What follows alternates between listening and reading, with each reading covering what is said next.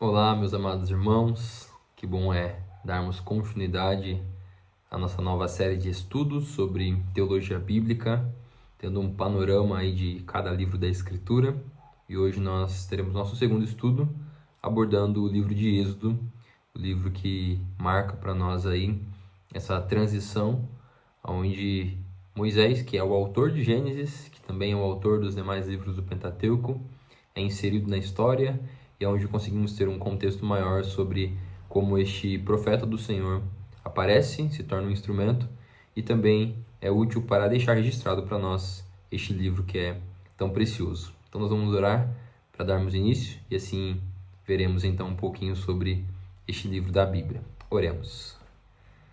Senhor Deus, nós te agradecemos porque Tu és bom e te louvamos porque Tu nos dás o privilégio de ler a Tua Palavra, de compreender a Tua Palavra e de crescer por meio dela, Pai. Nós pedimos para que este livro, o livro do Êxodo, também nos ensine e nos transforme para que tenhamos uma vida que glorifique ao Senhor, entendendo, ó Pai, que se por um lado o Teu povo foi chamado e libertado do Egito, nós também fomos um dia libertados, ó Pai, da escravidão do pecado e agora trilhamos uma trajetória rumo à nossa terra celeste. Por isso, ajuda-nos, ó Pai, a vermos a beleza da Tua Palavra e a entender que ela aponta para o nosso Senhor Jesus, que é o nosso Salvador e que nos concede, ó Pai, o benefício e a alegria da salvação e da esperança da vida eterna. Por isso, abençoa-nos, ó Pai. É isso que nós te oramos no nome de Jesus. Amém. Bom, irmãos, como nós fizemos no estudo passado, nosso objetivo é termos um panorama sobre o livro de Êxodo e vermos aquilo que é mais importante a ser destacado. É claro que nosso incentivo é para que você leia todo o livro, assim como o livro de Gênesis, todo o conteúdo bíblico é importante, mas nosso objetivo é realmente darmos uma visão para que nós tenhamos pelo menos um breve conhecimento do que cada livro carrega em si, ou seja, muito mais do que os detalhes de cada versículo e tudo mais. Nosso objetivo aqui é darmos qual é o foco, qual é o objetivo dessa escrita, qual é o objetivo para aqueles que leram em primeira mão e qual é o conteúdo que mais é destacado ali em cada livro, para que nós tenhamos assim uma certa facilidade de entender qual é todo o contexto do livro ou até mesmo qual é a sua ideia principal para tanto o nosso conhecimento como também para facilitar quando nós formos instrumentos do Senhor para discipular e ensinar outros irmãos. Então, o livro de Êxodo também vai seguir essa mesma estrutura de nós vermos alguns pontos importantes. Bom, como nós temos feito, um versículo que talvez poderia ser destacado como chave ou como central de todo o livro, aqui no caso de Êxodo, está lá no final do livro, no capítulo 40, no versículo 34, aonde está escrito o seguinte: Então a nuvem cobriu a tenda da congregação, e a glória do Senhor encheu o tabernáculo. Eu não vou dar tantas informações agora, porque isso nós veremos daqui a pouco, mas basicamente esse versículo se torna central para o livro de Êxodo, porque ele mostra para nós que um povo que inicia a sua trajetória escravo, agora tem a alegria de estar longe da escravidão, e não apenas isso, ter juntamente ali no deserto onde eles estavam, uma morada do Senhor. Nós temos o tabernáculo sendo construído e Deus está diante desse tabernáculo, Deus está presente com o seu povo. A beleza do versículo 34 do capítulo 40 é mostrar que Deus está com Israel, que Deus está no meio de Israel, Deus está cuidando, conduzindo, preservando, sustentando e salvando a vida deles. E essa demonstração da glória do Senhor enchendo o tabernáculo demonstra então que de fato Deus está ali presente com o seu povo e que ele está realmente cuidando e sustentando a vida deles. E o povo de Israel, mesmo sendo um povo falho, mesmo sendo um povo murmurador, idólatra, nós vemos isso ao longo do livro, eles ainda assim têm o benefício de terem comunhão com o Senhor. E certamente esta é a maior alegria de um povo, ter comunhão com Deus. E Israel tem esta comunhão, a presença do Senhor está ali diante deles. Mas vamos seguir a nossa estrutura do nosso estudo, né? Veremos um pouquinho sobre a autoria do livro, sobre os destinatários, sobre os propósitos, uns temas que que estão ali ao redor, né, circuncidam ao livro, né, com o seu tema principal, mas ali sendo como um certo tipo de apoio a esse tema principal, um esboço do livro, e onde nós vemos Jesus aparecendo aqui no livro de Êxodo. Então, a autoria, quem escreveu o livro de Êxodo? Eu já havia dito isso agora no começo, mas como é de comum acordo, pelo menos com a tradição judaica e também entre os evangélicos, Moisés é o autor do livro de Êxodo. Nós precisamos lembrar que o Pentateuco é a construção desses 5 livros, né, esses 5 rolos: Gênesis, Êxodo, Levítico, Números e Deuteronômio. E Moisés, então, é atribuído como o autor majoritário de todo este conteúdo. Mas o próprio livro de Êxodo registra isso para nós. E é importante nós termos esta informação. Então, lá em Êxodo, capítulo 17, no versículo 14, o próprio Moisés registra para nós o seguinte, diz assim o texto: Então disse o Senhor a Moisés: Escreve isto para a memória de um livro e repete-o a Josué, porque eu hei de riscar totalmente a memória de Amaleque de debaixo do céu. Ou seja, temos um contexto aqui onde Moisés é não apenas incentivado, mas ordenado por Deus a deixar escrito aquilo que ele havia determinado, tanto para a memória como também para passar a Josué, que seria o líder após Moisés. Ou seja, essa é uma informação importante, que o próprio Deus ordenava que Moisés registrasse isso. Não eram palavras apenas ouvidas, mas escritas realmente por Moisés, que vinha do Senhor. E no capítulo 24, no versículo de número 4, nós também temos um registro semelhante. Diz assim: Moisés escreveu todas as palavras do Senhor, e tendo se levantado pela manhã de madrugada, erigiu um altar ao pé do monte e 12 colunas, segundo as 12 tribos de Israel. Ou seja, mais uma passagem onde confirma para nós que Moisés tinha essa prática de escrever aquilo que Deus havia ordenado. Ou seja, o próprio livro de Êxodo nos dá já essa base que Moisés, sim, registrou muito das coisas que ali aconteciam e que Deus falava também. Bom, o período, então, que aí nós seguimos para a nossa data e contexto, onde Moisés registra esses acontecimentos, se dá ainda nesse período do intervalo da saída do Egito até a chegada em Canaã. Nós nos lembramos que eles passaram 40 anos no deserto, e nesse período, então, Moisés escreveu. Não sabemos especificamente qual foi o momento exato onde Moisés escreveu, mas pelo conteúdo do livro, Moisés só pode ter escrevido todo o livro de Êxodo após a construção do tabernáculo, porque, bom, somente após esta construção era possível saber o que Deus havia feito. Então nós estamos falando aqui de algum tempo depois que eles saíram do Egito, não muito tempo, mas certamente não foi imediatamente, porque teve todo esse episódio de Moisés subir ao monte Sinai, do bezerro de ouro que o povo construiu e da construção do tabernáculo, então até que Deus enche esse templo, né, esse tabernáculo, esse templo móvel com a sua glória. Okay? Então, isso é importante para nós apenas termos uma breve localização de quando foi escrito o livro de Êxodo. E, por último lugar aqui ainda sobre a autoria, né, e querendo ou não já tocando no conteúdo, nós vemos algo importante, porque talvez para um leitor atento da Bíblia e até mesmo alguém que percebe essas tensões que a Bíblia mostra muitas vezes, nós iniciamos o livro de Êxodo falando que o povo do Senhor está cativo no Egito. E aí precisamos lembrar que Deus já havia chamado Abraão da sua terra, da sua parentela, no livro de Gênesis, e feito promessas a ele. E parte dessas promessas aconteceram, mas outras partes não, pelo menos não até então, porque nós sabemos que José, descendente de Abraão, estava no Egito, ele leva toda a família para o Egito e eles residem ali por um certo tempo. A nação de Israel cresce como povo, os israelitas crescem como povo ali no Egito.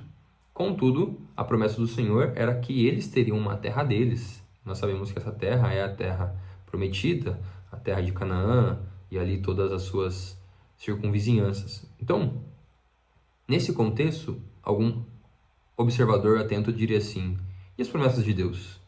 Cadê o Deus que prometeu que os descendentes de Abraão seriam numerosos, seriam abençoados e teriam uma nação, uma terra deles, onde eles viveriam como nação? Eles estão presos no Egito agora. não há pouco tempo, há 430 anos. Então, Êxodo está num momento de tensão onde alguns poderiam achar que as promessas do Senhor haviam falhado ou que Deus mesmo havia se esquecido.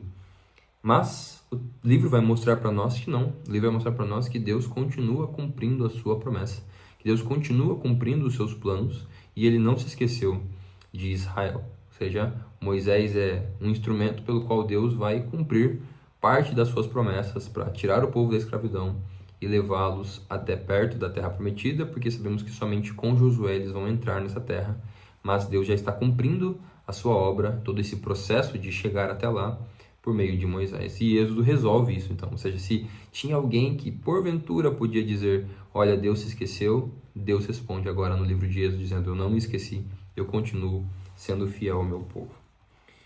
Bom, quem são então os destinatários aqui do livro de Êxodo? Quem recebe esse livro em primeira mão? Esse é um ponto importante para todas as vezes que nós vamos estudar a Bíblia. Qualquer tipo de livro, sejam cartas, sejam evangelhos, sejam profecias, precisamos lembrar que tinha um público primeiro. Não somos nós a primeira geração que leu este conteúdo, mas tinha um público ali logo em seguida desse livro ser escrito que receberia isso em mãos e teria todo esse conhecimento. E no caso de Êxodo, foi exatamente este povo que estava no deserto, este povo que estava saindo do Egito rumo à Terra Prometida, que teve o acesso aos escritos de Moisés. O que Moisés estava, de uma certa forma, resolvendo ali na situação espiritual deles? É que Moisés ainda estava trabalhando esta identidade de eles entenderem que eles pertencem ao Senhor, que eles precisavam conhecer ao verdadeiro Deus, ao Deus que chamou Abraão, ao Deus que chamou a Isaac, a Jacó e o próprio Moisés, e entender então quem eles são diante disso, que eles são de fato o povo do Senhor, que eles são alcançados por Deus e eles precisam viver então essa vida como filhos de Deus em obediência ao Senhor. Por isso a lei aparece em um cenário tão importante, diante desta aliança que Deus tem com eles, deste pacto onde Deus é realmente o Senhor deles e eles são servos do Senhor. Deus dá sim bênçãos, Deus dá salvação, mas Deus exige também obediência e eles precisavam entender disso a partir da identidade deles, de saberem que eles servem e são do Senhor, são posse do Senhor, realmente propriedade do Senhor, como a Escritura nos afirma. E, em último lugar, uma dimensão pactual que eu já até mencionei aqui, eles precisavam entender que de servos de Faraó, eles deveriam se tornar servos de Deus. E percebam a diferença daquilo que eles talvez viveram no Egito com o momento que eles vivem agora com o Senhor. O Faraó era tido como uma certa divindade. O Faraó era tido como um certo superior. Mas Faraó em nenhum momento expressava amor, expressava compaixão, expressava salvação, misericórdia, graça. E agora Deus, sendo muito mais poderoso do que o Faraó, porque ele deixou isso bem claro quando as pragas vieram, está expressando para eles que ele é maior do que Faraó e ele é muito melhor do que Faraó. Ou seja, ele de fato é bom, ele sustenta o seu povo, ele cuida do seu povo, ele ama o seu povo, embora esse povo tenha dificuldade de entender isso. Mas Deus está movendo as situações para apresentar de fato que ele tem um compromisso com o seu povo e esse compromisso é marcado por esta aliança de amor. Então isso é importante também para entendermos aqui todo esse contexto de quando Moisés vai escrever para este povo. Bom, quais são os propósitos então do livro? Se nós pudéssemos definir aqui apenas 3 propósitos, nós certamente poderíamos destacar estes que estão aqui. Em primeiro lugar, certamente é um grande ponto aqui, é onde Deus está salvando o seu povo. Não à toa, o livro de Êxodo significa isso, uma saída. Ou seja, o povo está saindo do lugar onde eles estavam. Só que muito mais do que sair de um lugar, eles estavam saindo de um lugar de escravidão, de opressão, onde eles não tinham liberdade. Eles estão saindo de um lugar onde realmente a vida deles estava nas mãos de outro.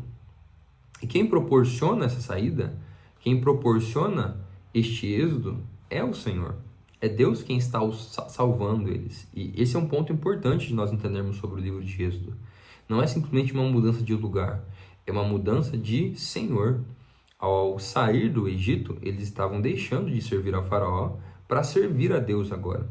E nesse mesmo contexto, o Êxodo nos ensina que salvação é isso. Deus nos tira de servirmos a deuses falsos, ao próprio Satanás, pecado, a nós mesmos, e agora a nossa servidão é a Ele. Mas se lembre que servir ao Senhor nunca se torna como algo negativo. Porque a Escritura vai dizer no Novo Testamento que agora em Cristo temos liberdade. E esta liberdade é para fazer aquilo que nós não conseguimos fazer quando estávamos servindo a outros deuses. De fazer aquilo que é certo. Ou seja, eu e você só temos força e permissão e condições de fazer aquilo que é bom de fato, aquilo que é correto, aquilo que é justo, aquilo que glorifica ao nome do Senhor quando servimos a Ele. Porque servindo a Ele nós temos de fato esse caminho bom, abençoado e dirigido pelo nosso Deus. E isso sim expressa que Deus é o nosso Salvador. Sem a salvação de Deus não conseguimos ter esta vida transformada e genuinamente livre para fazer aquilo que nós antigamente não tínhamos força e nem condições de fazer. Então, é importante nós vermos isso no livro de Êxodo. É por isso que quando Deus aparece a Moisés, lá no capítulo 3, versículo 10, Deus disse a ele: olha, Moisés, você está sendo enviado para que tires o meu povo, os filhos de Israel, do Egito. Percebam que até a linguagem de Deus, usando ali na conversa com Moisés, expressa essa aliança e esse amor. Deus disse que Moisés iria ser enviado para tirar o povo de Deus, que são os filhos de Israel. Ou seja, aqueles que são os filhos de Israel, os filhos de Jacó, são de fato o povo de Deus. Deus sabia que eles pertenciam a Ele e Deus não havia se esquecido deles. Bom, um segundo aspecto aqui que certamente o livro apresenta e também se torna um propósito é que Deus está estabelecendo a aliança com o seu povo. É claro que Gênesis já apresenta isso para nós, com o personagem Abraão. Deus deixa claramente uma aliança sendo firmada ali com Abraão, mas em Êxodo nós temos isso ganhando mais corpo ainda, exatamente porque a lei é dada no livro de Êxodo. Então a lei ela vem regular esta aliança e a lei ela vem também dar direção a essa aliança, mostrando que o povo tinha sim que andar em conformidade com o querer do Senhor. Enquanto Deus expressava amor, Deus expressava sustento, proteção e salvação, este povo deveria expressar fidelidade ao adorar um único Deus, a não tomar o nome desse Deus em vão, a não construir imagem de escultura, a de fato guardar o dia que era para adorar a este Deus. Percebam então que nesse processo Deus está realmente colocando diante dos israelitas a sua aliança e como ele deseja com que esse povo caminhe, viva, se porte na presença do Senhor. É por isso que lá no capítulo 19, e na verdade a partir do capítulo 19, nós temos ali muitas informações e muitos detalhes sobre como essa aliança se dá. Alguns chamam isso de código da aliança, ou seja, é basicamente as instruções para que aquele povo estivesse em aliança com Deus. E lá o texto diz assim, em Êxodo 19:5, e guardardes a minha aliança, então sereis a minha propriedade particular dentre todos os povos. Ou, melhor dizendo, minha propriedade peculiar dentre todos os povos. Deus, sim, já tinha escolhido a Israel, já tinha salvado a Israel, pelo menos no sentido ali de tirá-los do Egito, mas agora Deus quer mostrar algo importante. Olha, vocês, Israel, não são apenas uma nação qualquer, vocês são a minha nação e uma nação peculiar. E diferente de qualquer uma outra, é a nação que tem compromisso e aliança comigo. Diferente do Egito, diferente dos cananeus, dos filisteus, Israel tinha aliança com o verdadeiro Deus. E Deus estava mostrando isso para eles, estava fortalecendo isso com eles e queria que eles entendessem e respondessem a isso em obediência, em compromisso com Deus pela aliança que eles tinham. Então, esse é um propósito importante também do livro aqui de Êxodo. E claro, precisamos ver que Deus também tem essa aliança conosco, Deus também tem esse compromisso conosco de realmente ser o nosso Deus e nós também de sermos povo dele, de sermos propriedade dele. Pedro vai escrever isso, que nós somos propriedade exclusiva de Deus. Nós temos esse compromisso com o Senhor e Deus espera de nós fidelidade também. E em terceiro e último lugar, que é o de Deus habitar no meio do seu povo. É claro, irmãos, que precisamos ter sempre isso em mente. Deus é onipresente, Deus está em todos os lugares. E sim, enquanto o povo do Senhor estava preso no Egito, não significava que Deus não estava ali também. Pelo menos não no sentido desse atributo dele, certo? Ele estava, assim, ali presente. O grande ponto é que esta era uma presença de Deus onde isso não expressava, talvez, toda a vida religiosa de Israel. Em outras palavras, quando eles viviam no Egito, eles não tinham esse momento onde realmente eles adoravam a Deus, onde eles tinham essa liberdade de falar com o Senhor, de estar ali cultuando em algum lugar separado. Agora no Egito, ou melhor, agora no deserto, eles têm esse momento, onde Deus mesmo diz para eles: olha, eu vou habitar com vocês e eu vou mostrar para vocês aonde eu quero habitar. Então ele mesmo ordena a construção do tabernáculo, dá todas as diretrizes e ele aparece então ali por meio da sua glória. Isso é para mostrar para nós que neste momento Deus está de uma certa forma mostrando a sua presença agora visivelmente por meio da glória, por meio de um poder realmente diferente do que qualquer outro talvez que eles tenham visto no Egito, para deixar bem claro que ele está ali habitando com o seu povo. Isso é realmente interessante, porque Deus está aos poucos movendo o coração dos israelitas para entender então a grandeza e o poder que ele tem. Ou seja, ele fez todos os sinais no Egito e agora ele mesmo está diante desse povo, ele mesmo está no meio desse povo, habitando com eles e demonstrando que enquanto Deus estiver ali, este povo estará certamente bem acompanhado, porque Deus está com eles, Deus está guiando eles. É por isso que o versículo que nós vemos, que é o central aqui do livro, é o que declara que a glória do Senhor encheu o tabernáculo, para provar que Deus está ali, Deus realmente está no meio do seu povo. Esses três propósitos aqui regem todo o livro de Êxodo, mostrando então todos os acontecimentos. Deus salvando o seu povo, tirando eles do Egito, Deus estabelecendo a sua aliança por meio desse momento onde Moisés sobe ao Monte Sinai, fala com Deus e traz então todas as características da lei, e depois da construção do tabernáculo, Deus habitando com o seu povo. No nosso caso, Deus não habita mais agora em um templo feito por mãos, mas Deus habita na igreja. Lembrando que a igreja são os servos do Senhor. Isso mostra então que há uma crescente ao longo da Bíblia, e Êxodo está dentro desse aspecto onde Deus habita com o seu povo.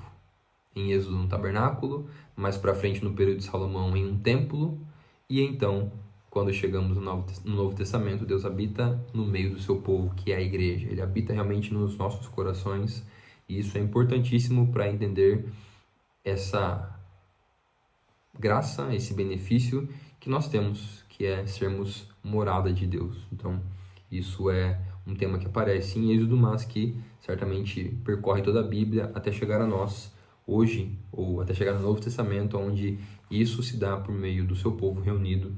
Aí Deus declara realmente que ali ele está também, quando o seu povo está reunido, quando o seu povo é alcançado, quando os seus estão vivendo uma vida diante dele, Deus está com eles, né? Deus está com eles. Bom, quais outros temas principais o livro apresenta? Claro, nós destacamos que Deus efetua salvação, né? Mas essa redenção é muito interessante porque ela é marcada por um aspecto simbólico na Bíblia, que é o do sangue. Então, eu logo mais vou falar um pouquinho sobre isso também, mas esta redenção efetuada pelo sangue, e aonde nós temos a Páscoa sendo instituída, é um dos temas principais do livro de Êxodo. A Páscoa, que é esse símbolo da libertação, o símbolo da salvação por meio desse sangue nos umbrais das portas. Então, se você for, por exemplo, para Êxodo capítulo 11, capítulo 12, nós vamos ter essas informações da Páscoa sendo instituída, dessa celebração que é dada e que todo judeu passa a partir desse momento a celebrar em um dia do ano, exatamente para lembrar que Deus havia salvado, redimido o seu povo por meio de um sangue nos umbrais das portas. Então esse é um tema importante que aparece no livro de Êxodo e que também nos dá a explicação do porquê isso aconteceu, qual é o motivo pelo qual nós celebramos a Páscoa. Êxodo vai contar isso para nós, embora nós hoje, no Novo Testamento, celebremos uma nova Páscoa, que é o nosso Senhor Jesus Cristo, mas Êxodo nos dá a sombra disso acontecendo lá com os israelitas.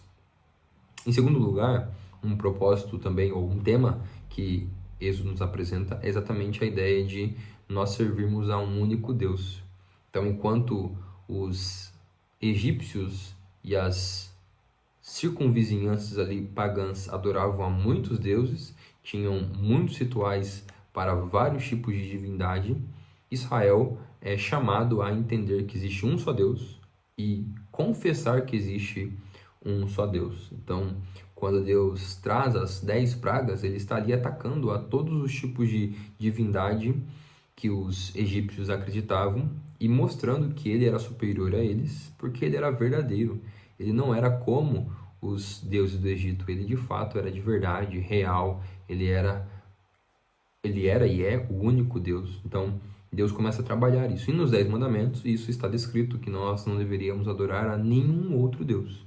Não que exista outros deuses, mas que o homem cria outros deuses e ele passa então a servir a estes. E Deus diz, não, eu quero exclusividade, eu quero que vocês entendam que eu sou o único Senhor. Tanto é que é assim que ele se apresenta a Moisés. Eu sou. Não existe outro como o nosso Deus. Em terceiro lugar, a ideia de que Deus habita no meio do seu povo. Então nós temos aqui até um pequeno desenho de como era ali o tabernáculo e a disposição onde Deus estava no centro realmente do acampamento. E o livro de Êxodo vai mostrar isso para nós, que este princípio é importantíssimo. Entender que a nossa vida sempre está presente diante do Senhor. Deus sempre está diante de nós. Deus está ao nosso lado.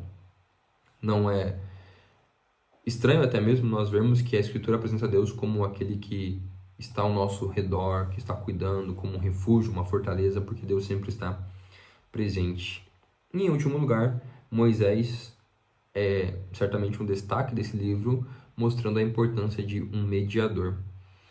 Se por um lado nós temos o Egito sendo o palco da escravidão e os egípcios, ou melhor, os israelitas sendo tirados desse lugar, sendo levados para uma terra abençoada, nós precisamos entender que quem faz toda essa ponte entre Deus e o povo é Moisés. É claro que Moisés, ele era tão pecador quanto nós, Moisés era um homem comum, mas ele foi usado pelo Senhor. E existem muitos momentos onde Moisés, na verdade, é o meio pelo qual Deus tem misericórdia do povo. Enquanto o povo murmurava, o povo reclamava, o povo questionava, blasfemava e cometia idolatrias, Moisés estava ali intercedendo pelo povo, pedindo para que Deus tivesse misericórdia, e Deus ouvia a oração de Moisés e então continuava ao lado do povo. E essa mediação é importantíssima para entendermos que realmente Deus usa este tipo de ligação usando um personagem, né? No caso aqui Moisés, mas lá na frente nós vamos ver outros personagens, temos os próprios profetas, os próprios reis, como esses mediadores, para alcançar o seu povo. Só que esses mediadores são sempre mediadores imperfeitos. Tanto é que mesmo Moisés sendo Moisés, ele não entra na Terra Prometida, exatamente porque existe alguém maior do que Moisés. E é isso que o livro nos apresenta. Existe um profeta a vir que é superior a Moisés. Então, este é um tema principal que aparece também no livro e que nós vamos certamente ter uma compreensão maior quando vermos este tópico aqui, que é, ou melhor, o de vermos, né, Jesus aparecendo, que daqui a pouco nós vamos ver Jesus então no livro de Êxodo. Mas olhemos rapidamente para o esboço do livro. O livro de Êxodo pode ser dividido em 3 partes, né? Ele pode ser destacado aí a sua primeira parte do capítulo 1 ao 18, onde temos a escravidão e a libertação. Então temos todo o contexto da opressão, o cenário do nascimento de Moisés, o chamado dele no capítulo 3, onde Deus aparece na sarça ardente, Moisés sendo enviado para o Egito, as pragas acontecendo, Deus libertando os israelitas, né, por meio ali do sangue nos umbrais, a Páscoa acontecendo, eles sendo libertos, atravessando o mar e chegando então ao deserto, onde Deus sustenta eles com maná e água. A partir do capítulo 19 a 24, nós temos então a aliança, onde Deus aparece no Sinai a Moisés, onde os 10 mandamentos são entregues e também todo o código da aliança, como eu já destaquei aqui, está aí inserido nesses capítulos. E a partir do capítulo 25 até o capítulo 40, nós temos todo esse processo de Deus dar as orientações do tabernáculo, desse povo se rebelar contra o Senhor, de Deus dizer que iria desistir deste pacto, dessa companhia no meio deles, Moisés sendo intercessor, e Deus então continua ali a estar ao lado deles e por isso habita no meio deles no final, no capítulo 40. Então, nós temos as instruções da morada, que é o tabernáculo, né? Um tabernáculo significa uma morada móvel, né? Um templo móvel. Nós temos o bezerro de ouro, temos a renovação da aliança, ou seja, mesmo diante do pecado da idolatria, Deus renova a aliança com eles. Eles constroem este tabernáculo e Deus aparece ali por meio da sua Shekinah, por meio da sua glória. E então, chegamos ao ponto de vermos Jesus aqui no livro de Êxodo. Então, existem 6 características que eu trouxe a vocês para vermos que Jesus estava presente ali no livro de Êxodo, exatamente porque toda a Escritura está apontando para o nosso Salvador. Então, em primeiro lugar, Jesus é o verdadeiro libertador. Ou seja, se Moisés é o responsável por ir ao Egito e tirar este povo da escravidão das mãos do faraó, Jesus Cristo faz uma libertação muito maior, de uma escravidão também muito maior e pior, porque ele nos tira da escravidão do pecado, da morte, da condenação e nos leva para uma vida de liberdade com ele. Então, o que Moisés faz como mediador, Cristo faz superiormente por meio também da sua mediação em ser o nosso resgatador e o nosso libertador. Em segundo lugar, quando nós vemos o episódio da Páscoa sendo celebrada ali pela saída do Egito, e exatamente por esse sinal de sangue nos umbrais das portas, essa celebração que é dada anualmente aos judeus, ela encontra o seu cumprimento quando Jesus vem ao mundo. Porque Jesus resolve esse problema também da escravidão e da salvação e não permitir com que a morte chegue até nós por meio de um derramamento de sangue. Só que diferente do que os israelitas faziam, eles matavam um cordeiro. Jesus é o próprio cordeiro. E Jesus entrega-se como cordeiro santo e sem mácula para derramar o seu sangue para que nós também não recebêssemos a punição. É por isso que a Escritura vai apontar isso para nós, que Cristo é o cordeiro perfeito, que tira o pecado do mundo, que paga realmente os nossos pecados. E é por isso que lá em primeira carta aos Coríntios, capítulo 5, versículo 7, o apóstolo Paulo diz que Cristo é o nosso cordeiro pascal. Então, esta visão é importante para olharmos para a Páscoa e já entendermos que Jesus é esse símbolo do cordeiro que nos salva. Em terceiro lugar, Jesus também é o nosso maná suficiente.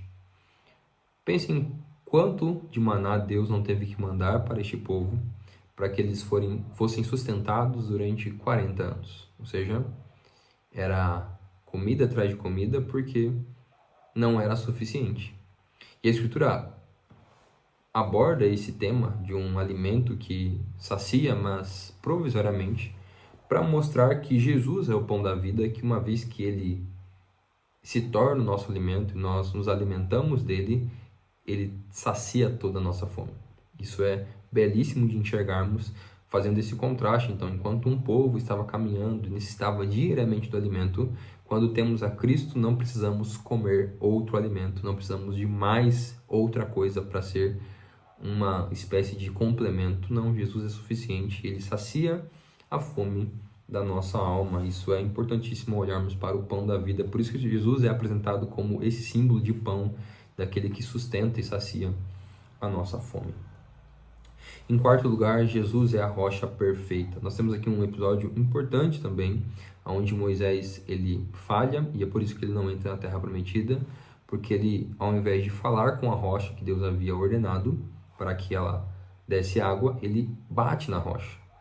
E aí Moisés não entra na Terra Prometida, e muitos poderiam pensar, nossa, Deus está sendo muito rigoroso, muito rígido ao fazer com que Moisés não entre, simplesmente por um ato de desobediência. Mas o Novo Testamento vai dizer para nós que a rocha era Cristo. Isso é interessante nós vemos, ou seja, não é que literalmente Jesus era uma pedra, Jesus se fez pedra ali nesse contexto, mas exatamente porque o símbolo da pedra apontava para aquele que era o nosso Salvador. Enquanto a rocha era a fonte de vida, porque sem água eles morreriam e a rocha concedia a eles vida, Jesus também é este que nos dá a vida eterna. Jesus é esse que sacia a nossa sede. É por isso que o episódio de João, capítulo 4, versículo 13 e 14, onde mulher samaritana conversa com Jesus e Jesus diz a ela que ele é aquele que pode saciar a sede e jorra água realmente para a vida eterna, apresenta para nós essa ideia de que Jesus é esta fonte, fonte de vida, fonte de água, fonte de salvação realmente, onde nele nós temos este benefício de nos alimentarmos e bebermos de algo que sacia a nossa necessidade. Então, Jesus é a nossa rocha perfeita que nos dá a vida. Assim como a água é símbolo de vida, Jesus é aquele que nos dá uma vida eterna, espiritual. Em quinto lugar, Jesus também é a habitação no nosso meio. Se o tabernáculo simbolizava esta habitação de Deus com o seu povo, a Escritura vai dizer para nós que o próprio Deus habitou entre nós, cheio de graça e de verdade, e vimos a sua glória, glória como a do unigênito do Pai. Jesus Cristo se fez Emmanuel, Deus conosco, e nós agora temos a alegria de ter o Espírito dele em nós. Ele diz isso, que ele iria ao Pai, mas não nos deixaria sozinho, porque enviaria o seu Espírito, ou seja, nós temos o Espírito de Cristo no meio da sua igreja. Isso simboliza para nós que não estamos sozinhos, que sim, Jesus estava presente quando estava aqui vivendo até o momento da sua cruz, ressurreição e ascensão, mas nós ainda temos a sua presença por meio do seu Espírito. Exatamente por isso que é tão importante vermos que essa habitação de Deus lá atrás no Egito ou no deserto, no tabernáculo, ela era símbolo já dessa presença de Deus com o seu povo, na qual hoje eu e você temos por meio de Jesus Cristo. E em último lugar, Jesus é este mediador superior. Então, como eu quase falei ali já no ponto anterior, e agora sim dando esta ênfase, enquanto Moisés era um bom mediador, um mediador importante para Israel, que de fato foi responsável para que a misericórdia de Deus continuasse sobre este povo, Moisés ainda assim era um mediador inferior, porque o mediador superior é o próprio Jesus. É por isso que o próprio Moisés disse que viria um profeta semelhante a ele, mas certamente muito maior, muito mais poderoso, muito mais fiel do que Moisés, que é o nosso próprio Senhor Jesus Cristo. E um ponto importante a ser destacado é que se Moisés entrava no Santo dos Santos para falar com Deus e ali estar diante da glória do Senhor e ser esse mediador, Jesus Cristo, como diz Hebreus, está no verdadeiro Santo dos Santos, no Santo dos Santos celeste. Cristo está diante do próprio Pai, o vendo, tendo comunhão com Ele, tendo, se nós podemos dizer assim, conversas com Ele, e sendo esse mediador que roga por nós, que intercede por nós, como diz a Escritura no livro de Romanos, sendo advogado. Ou seja, ele está ali intercedendo por nós, ou melhor, como João diz, né, na sua primeira carta, ele é advogado junto ao Pai, exatamente para interceder por nós, para fazer essa mediação. Nós temos salvação em Cristo, nós temos acesso ao Pai por meio de Cristo. Nossas orações são ouvidas no nome de Jesus, exatamente porque Ele é o nosso mediador superior. Que você consiga enxergar a beleza de Jesus, então, ao ver Cristo brilhando, Cristo aparecendo, Cristo sendo destacado nesse livro, que não foi nos deixado à toa, e nem mesmo destaca essas informações por informações aleatórias, mas cada informação, cada detalhe, cada situação, cada símbolo, cada momento da ação de Deus é para apontar para o nosso Salvador Jesus Cristo. Bom, em conclusão, então, o que nós podemos aprender no livro de Êxodo é basicamente o seguinte, que ele nos ensina que Deus efetua a sua salvação pela graça. Interessante entendermos que graça não é só algo que aparece no Novo Testamento, mas está na Escritura desde o Antigo.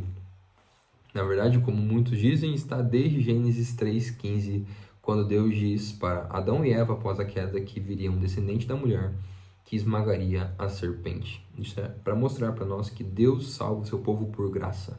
Adão e Eva não mereciam, assim como Abraão, assim como os israelitas não mereciam, mas ele efetua essa salvação. E ela vem por meio de um sangue puro para substituir o pecador. Isso apresenta essa imagem de um sangue sendo o meio de substituição aos primogênitos, e isso certamente aponta para a nossa salvação por meio de um sangue puro para nos substituir. E também, por meio dessa salvação, Deus habita conosco. O alvo da salvação não é apenas tirar do juízo, mas fazê-los estar em comunhão com Deus. Ou seja, Deus não tira o seu povo para deixar em um lugar neutro. Vamos supor que aqui simboliza a escravidão, aqui simboliza a salvação, nós temos um espaço neutro. Não, Deus não faz isso. Ele não tira o seu povo para deixar em um lugar neutro, sem ninguém, sem talvez uma direção ou sem companhia. Não, Deus tira eles da escravidão e traz para perto de si. Até mesmo porque Êxodo, de uma certa forma, está mostrando para nós que todas as vezes que estamos longe do Senhor, estamos em escravidão. Estar perto do Senhor é estar em liberdade. E como eu já destaquei, e volto a repetir a frase de Edmund Clooney, toda a Escritura é um caminho que conduz a Cristo. Toda a Escritura é um caminho que conduz a Cristo. Precisamos olhar para Êxodo, então, e ver a nossa história. Ver que nós também estávamos escravos e em Cristo tivemos libertação. Nós também saímos, estamos realmente diante desta verdade. Saímos da escravidão e temos a alegria de caminhar em direção à salvação, exatamente porque Cristo, sendo nosso Salvador, nos toma pelos braços e nos carrega então para nos levar para perto dele, para perto do Pai e para a vida de liberdade. Que Deus assim nos abençoe, irmãos. Que Deus nos faça, por meio deste estudo, enriquecer o nosso conhecimento, enriquecer o nosso entendimento sobre Deus e os seus planos, e ver que realmente o livro de Êxodo é essencial para entendermos toda a nossa vida e a nossa salvação em Cristo Jesus. Deus assim te abençoe e espero você no próximo estudo, no livro de Levítico, onde continuaremos a estudar um pouquinho da porção da Escritura. Um grande abraço e até o próximo vídeo.